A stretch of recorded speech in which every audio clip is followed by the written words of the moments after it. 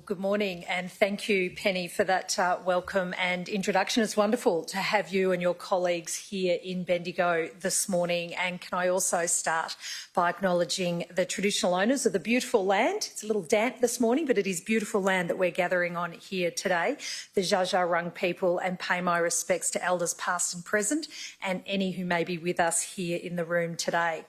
I know too that there are a number of our federal and state parliamentary colleagues who are with us here today who I'd also like to acknowledge. I think I can see Senator Bridget McKenzie here, and I understand the federal member for Bendigo, Lisa Chesters, is also joining you, and I can see Wendy Lovell, and apologies, Wendy, if I'm missing any other of our parliamentary colleagues who are here today. Michael Miller, thank you so much to you and your colleagues, and to Penny as well, for bringing the Bush Summit to Bendigo. It is a terrific opportunity to showcase this fabulous region, which I'll have a bit more to say about in a moment. But I'd also like to acknowledge today a number of people who cannot be with us here because they're saying goodbye. They're saying a very sad goodbye to a loved colleague and friend in Sam Landsberger. Now, I never met Sam, but I have been deeply moved by the many tributes that have been penned in his honour. Today, I'm thinking of everyone who loved him, everyone who worked with him, and everyone whom he loved. And it's in this context that I reflect that we often talk about the importance of media in covering news and politics and, of course, sport. And for the many tributes, to all the many tributes to Sam show another side of your really important work. You tell stories about people, and in turn, your stories change people.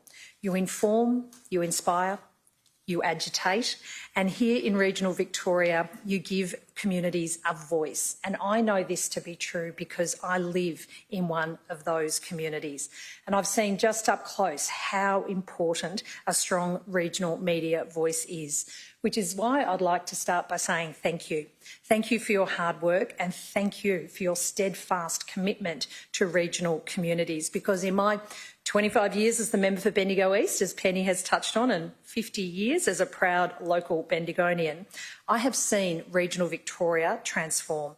And that transformation has been driven by the voices of local people, voices that regional media helps to elevate and amplify, and I'm proud to say too, supported by successive Labor governments. From hospitals to schools to our investment in transport and local tourism, we've worked hard for and with our regional communities. And I just wanted to share with you one example here this morning. When I was first elected all the way back in 1999, cancer patients could not get radiotherapy treatment here in Bendigo. And for those who needed dialysis, there was perhaps 2, maybe 3 chairs across the entire region. Treatment for these illnesses often required, for so many in our community, a long trip down the Calder and in many places a largely undivided Calder freeway. And now this treatment and so much more is just a short 10-minute drive from here at our beautiful Bendigo Hospital. Now, that kind of change doesn't happen in a hurry. It relies on successive governments, Labor governments over many years, and that's also what's happened here is what is happening too across rural and regional Victoria. And another example of that is the 675 projects we've supported through our Regional Health Infrastructure Fund. Some of these are big, transformative infrastructure building projects, and then there's the smaller projects that are making just as big a difference for those local communities. And I recently visited one of these smaller but transformative projects at Wattle Rise Aged Care in Maryborough. Because of our support through that fund, they've been able to build a bigger dining room. And for the first time ever, this bigger dining room means all of the residents in this facility can come together and share their meals together. We also help them to establish a garden, giving residents a place to enjoy, and those with that green thumb the chance to use their skills. And their skills were certainly on display with one resident, Ken, who took me through great detail his ability to prune trees, and I took home a few tips from Ken. It was clear, though, it was really clear to me from that visit just how much joy and connection that patch of paradise brought him and everyone who calls Wattle Rise home. And it's that kind of work that is only possible because of what has come before it. We know when others wanted to sell our public aged care, our government protected public aged care. And not only that, we've strengthened the local health services that had the scaffold around it, making sure that people can access care and age comfortably and in a dignified way in their own community. And that's another example I wanted to share with you today. Our government has upgraded more than 860 schools in rural and regional Victoria, and if there's locals here in the room today, you'd be familiar with the one I'm about to share with you. Kaliana is a great specialist school located here in Bendigo. When we were first selected, though, it was pretty run down. It's why we went about rebuilding it and transforming it into a modern school that supports its students' needs. And in fact, since 2015, we've upgraded every specialist school right across the state. And because we've done that work, it's not only providing that great education opportunity, the modern facilities for teachers and staff, we've been able to deliver after-hours school care for families at specialist schools. Now, this isn't something that a lot of people would know about. It's not perhaps something that people would be aware has been an issue for families with kids in specialist schools.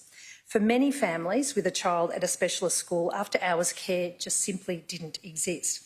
That is, until we made sure it did. And talking to those parents at Kaliana and indeed at other schools across the state, they tell me how this is life-changing for them. It means that parents can go out to work, they can go to study, even find a brief moment of time for themselves. And it shows that through ongoing investments that build on the ones that come before, that transformative change truly happens. Now, there's plenty more examples. We saved TAFE, which means we could deliver free TAFE for thousands of Victorians. We've been rolling out 3-year-old kinder across the state, which meant we could then go on and make 3- and 4-year-old kinder free. We've upgraded every regional passenger line in Victoria. That means we can today offer extra services, and there are today 800 more V-line services running every week than there were in 2015. Building on that, we've made the V-line fares fairer. A year ago, we capped the cost of V-line travel to the same price as a daily metro ticket. What that means, for example, here in Bendigo for passengers on the Bendigo line, they're saving almost $60 a trip.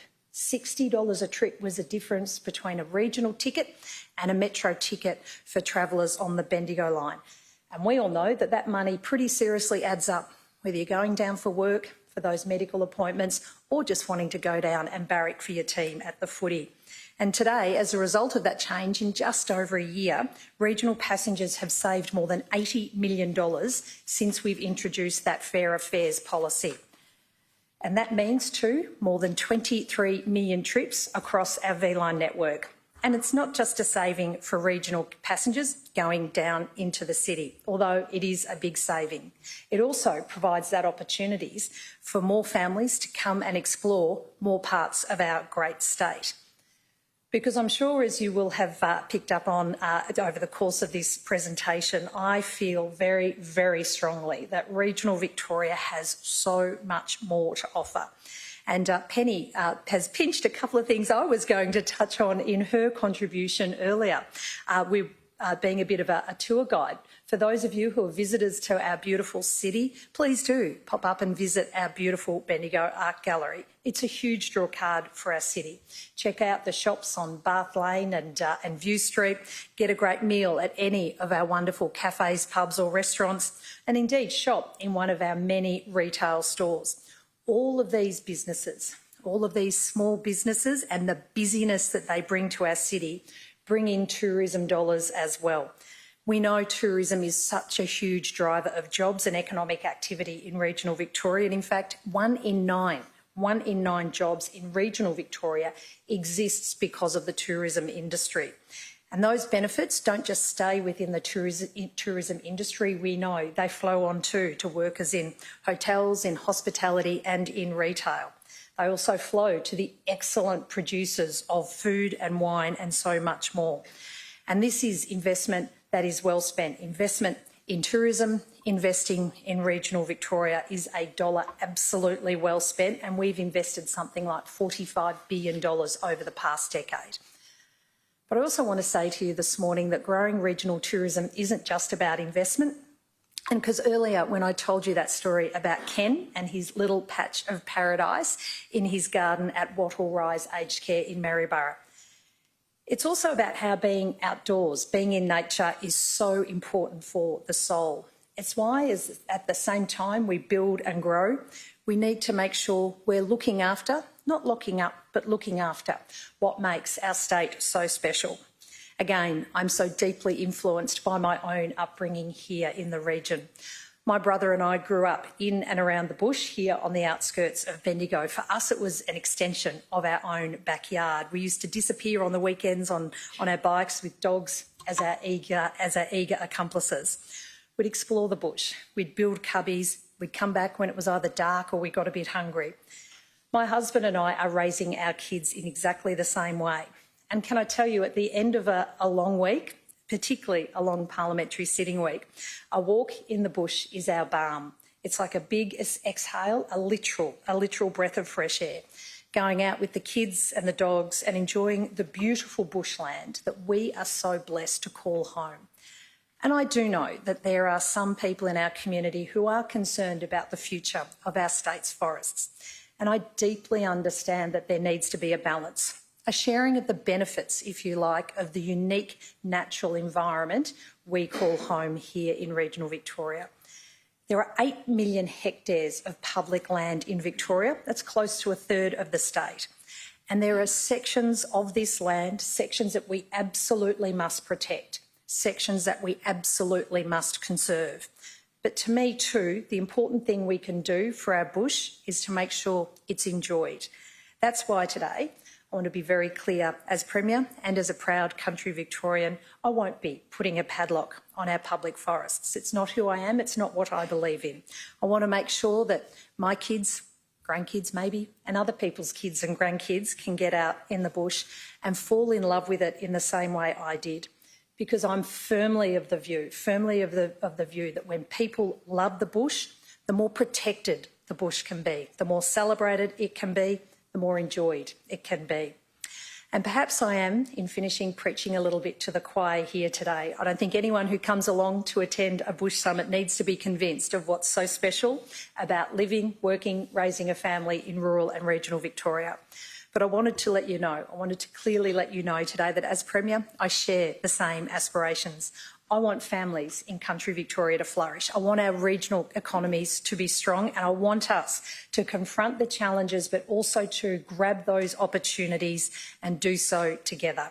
Because I know the future of rural and regional Victoria is so bright, and I am so proud to be part of this wonderful community. Thank you for joining us here this morning.